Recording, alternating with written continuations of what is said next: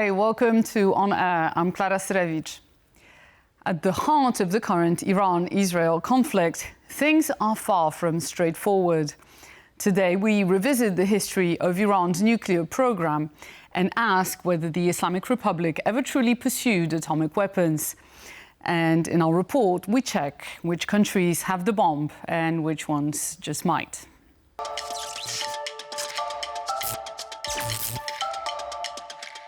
Western governments learned bitter lessons from nuclear proliferators like North Korea, whose arsenal keeps expanding while the international community watches helplessly.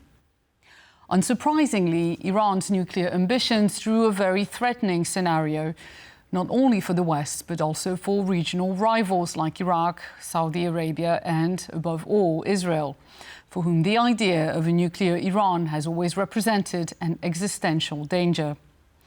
But Iran's nuclear program actually began with US support. In 1957, Washington launched it under Eisenhower's Atoms for Peace policy. By the 1970s, Iran was building reactors with American and European help until that partnership collapsed under the 1979 Islamic Revolution. Iran quickly labeled the US, Britain and Israel as enemies due to their ties with the deposed Shah. Although Iran insisted it wasn't pursuing atomic weapons as a nuclear non-proliferation treaty signatory, it secretly ran a weapons program from then until at least 2003, despite vociferous denials from its supreme leader. In the 1980s, the Islamic Republic began secretly importing nuclear material from Pakistan and China. By the 90s, it had allocated funds to build 5 nuclear bombs and conduct an underground test, according to plans seized by Israel's Mossad in a daring 2018 overnight raid in Tehran and later analyzed by Harvard's Belfer Center. When Iran's secret nuclear program was finally exposed in 2002, it triggered years of international sanctions. US intelligence later reported that the formal weapons program, called Project Ahmad, was halted in 2003 by Ayatollah Khamenei with a fatwa, no less. But suspended might have been a more accurate term for the program. Admittedly, the regime had good reason to pause. Saddam Hussein, its main regional threat, was gone. And Iran's nuclear sites were increasingly vulnerable, with US forces now stationed on both sides of the country in Iraq and Afghanistan, and with its supply chains infiltrated by Western intelligence. Still, weapons-related research continued. According to the Belfer Center, around 70% of Project Ahmad's personnel were moved to a new program overseen by top nuclear scientist Mohsen Fakhrizadeh.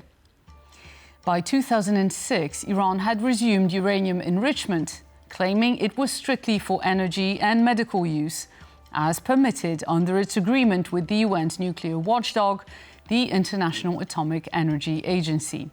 And I say it because it is true that enriching uranium per se is not a forbidden activity, which is something my Iranian counterparts always tell me, and they tell the world. So that is true. So, was that enrichment destined for civilian use? At first, maybe. But it hardly matters next to the fact that enriching uranium for power plants involves the same core process, namely centrifuge construction, as the one involved in making weapons fuel. Uranium becomes weapons grade at 90% purity. Nuclear power plants only need it enriched to around 3.5 to 5%. Yet Iran was acquiring and enriching uranium to 60%, dangerously close to bomb grade, and hiding key facilities like Natanz and Fordo. Whether Iran aimed to build a bomb or just stay a step away from having that option was unclear. Either way, the US and Israel weren't taking any chances. They launched covert operations to sabotage Iran's enrichment program. In 2010, Iran uncovered Stuxnet, a malicious computer worm embedded in its nuclear centrifuge systems, likely since at least 2007. Stuxnet subtly degraded the centrifuges, causing them to spin out of control and break down over time. It eventually destroyed nearly 1/5 of Iran's machines before officials figured out what was happening. While never formally acknowledged, Stuxnet is widely believed to be a joint US-Israeli cyber weapon, part of Operation Olympic Games, a program launched under George W. Bush and ramped up by Barack Obama. Despite these setbacks and mutual distrust, Iran's relations with its neighbors saw a rare stretch of stability, culminating in a 2015 nuclear deal with the US and other major powers. Iran agreed to cap uranium enrichment, reduce stockpiles, and allow strict international inspections. Tehran says it has honored the deal ever since, despite efforts to tarnish its good name and true intentions. Iran is not looking for weapons of mass destruction and never will be. Iran is not after imposing pressure on the countries of the region and never will be. To be fair, and perhaps surprisingly, this view had long been echoed by the IAEA and the US intelligence community until very recently. The compliance apparently continued, albeit briefly, even after President Trump pulled out of the Obama deal in 2018, calling it a disaster and initiating new sanctions instead. The United States will immediately impose additional punishing economic sanctions on the Iranian regime. But by mid-2019, Iran began discarding the agreement's limits, ramping up enrichment and dismantling IAEA monitoring equipment. A year later, Israel likely orchestrated the assassination of Mohsen Fakhrizadeh, the architect of Iran's nuclear program. Meanwhile, the Biden administration never rejoined the original agreement, and negotiations dragged on, eventually landing in the lap of the new Trump administration. Steve Witkoff, Trump's special envoy for the Middle East and Russia and Ukraine and just about anywhere his spectacular incompetence can be displayed, was set to attend a sixth round of talks until Israel struck. So, on the surface, it looked like there was still good faith in Iran's desire to negotiate. Even this year's US intelligence threat assessment maintained that its nuclear weapons program remained frozen. In March, National Intelligence Director Tulsi Gabbard told Congress that Iran is not building a nuclear weapon, and Supreme Leader Khamenei has not authorized the nuclear weapons program that he suspended in 2003. But the view from Israel was different. Of course, Israel has been saying Iran is on the brink of building a bomb for the last 20 years. Nonetheless, there are many issues in Iran's story that really don't stick. For all its talk of an industrial nuclear program and billions spent on enriching hundreds of kilograms of uranium across 3 facilities, Iran hasn't once fueled its only operating nuclear power plant at Bushehr. Even more curiously, while Tehran plans to build additional plants, these will be constructed by Russia, which typically provides fuel for the reactors it builds. In February, the New York Times reported that US and Israeli intelligence had uncovered a secret Iranian team developing crude nuclear weapons, easier to assemble and quicker to deploy. Then came June and the IAEA's damning report. For the first time in 2 decades, it formally rebuked Iran for stonewalling inspectors and declared it could no longer confirm the program's peaceful nature. According to the agency, Iran now holds enough enriched uranium to build up to 9 conventional bombs. It's not a fair and balanced report. It is feared that the political pressure exerted by the Zionist regime and some other actors has caused the normal path of the agency's reports to change from technical to political. We expect this path to be corrected. But in the same breath, Iran announced plans for a 3rd enrichment site and upgrades to more advanced centrifuges. Whatever one thinks of Israel's motivations, its formidable intelligence community likely knows more about Iran's nuclear program than either the IAEA or Western agencies. It remains the best, though unfortunately biased, source of insight into the country's weapons development. In the optimal scenario, Iran may have stayed just below the threshold of a nuclear weapon to signal its ability to develop a bomb, presumably to use the breakout capability for diplomatic leverage. But then again, that position may be up for review. Iran's regional security architecture, which relied on proxy militias, serious support and ballistic defenses, has been obliterated by Israel in the last 3 years. As the Israeli threat grows and regional instability deepens, the hardliners' argument for deploying nuclear weapons may carry more weight. It could be a self-fulfilling prophecy, eerily similar to one seen before. This is exactly what followed Israel's 1981 strike on Iraq's nuclear facility. In response to the 1970s oil crisis, Iraq had ramped up its nuclear energy program, all while keeping a wary eye on Iran's parallel efforts, fearing, accurately, it was pursuing a bomb. But Israel was more alarmed by Iraq. It began familiar covert operations, including assassinating Iraqi nuclear scientists and sabotaging facilities. When that wasn't deemed sufficient, it launched airstrikes. The attack destroyed the Osirak reactor, a civilian site, and killed several scientists. But rather than ending the program, it convinced Saddam Hussein to develop weapons, pushing their production underground, where they were harder to monitor. We know all this because the program was ultimately derailed by the Gulf War in 1992 and the nuclear inspections that followed. Today, it's clear Iraq's nuclear effort in 1981 was not remotely capable of producing weapons. The program was civilian, and Iraq's compliance with IAEA inspections would have made it nearly impossible to divert enough material for a bomb. So, is the current evidence about Iran's nuclear capacity comparable to that? Or a reiteration of the WMD hoopla from 2002? Probably not.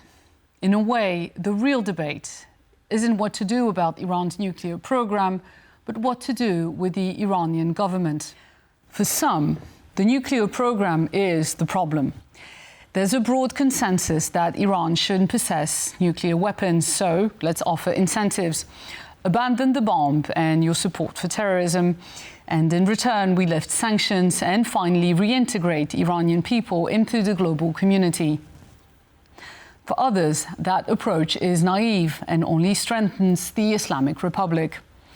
The issue lies not in the illicit nuclear program, but in the very existence of this regime, which is seen as fundamentally incapable of changing.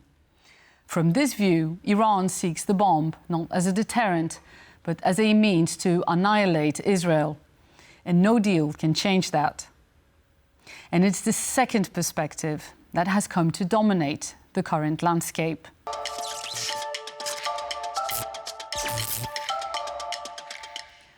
While much of the world signed onto the Nuclear Non-Proliferation Treaty, a few nations opted to go off script, forging their own atomic capabilities. Meanwhile, others, like Ukraine, gave up their arsenals, and those decisions have been bitterly regretted. Let's see how the tides of disarmament and proliferation moved over the last half-century. The Treaty on the Non-Proliferation of Nuclear Weapons, which came into force in 1970, was designed to prevent the spread of the most destructive munitions the world had ever seen. The 5 recognized nuclear-armed states, Russia, the United States, the United Kingdom, China, and France, committed to eventual disarmament, while all other signatories pledged not to acquire nuclear arms. Despite nearly universal adoption, with 191 member states, several countries remain outside the NPT and have pursued nuclear weapons independently. India began its nuclear journey in the late 1950s with help from the United States and Canada, who provided reactors and nuclear fuel for peaceful purposes. However, in 1974, India shocked the world with its first nuclear test, codenamed Smiling Buddha, which it described as peaceful, though few were convinced. And we are firmly committed only to the peaceful uses of atomic energy. India nevertheless advanced its program and now possesses around 172 nuclear warheads. Pakistan responded with urgency. After India's 1974 test, Prime Minister Zulfikar Ali Bhutto vowed to match India's nuclear capability at any cost. Scientist A.Q. Khan smuggled centrifuge technology from Europe and led a covert enrichment program. Pakistan has vastly expanded its nuclear forces and remains outside the NPT regime. It has also been accused of proliferating nuclear technology to other states. No such thing as collaborating with North Korea in the nuclear arena. Pakistan has several times said, and I have personally said several times, that Pakistan will never proliferate its nuclear technology. North Korea originally joined the NPT in 1985, but withdrew in 2003 after being accused of violating its safeguards. North Korea's declaration of a pullout from the NPT is a serious threat to peace and security on the Korean Peninsula and runs completely counter to the non-proliferation efforts and hopes of the international community.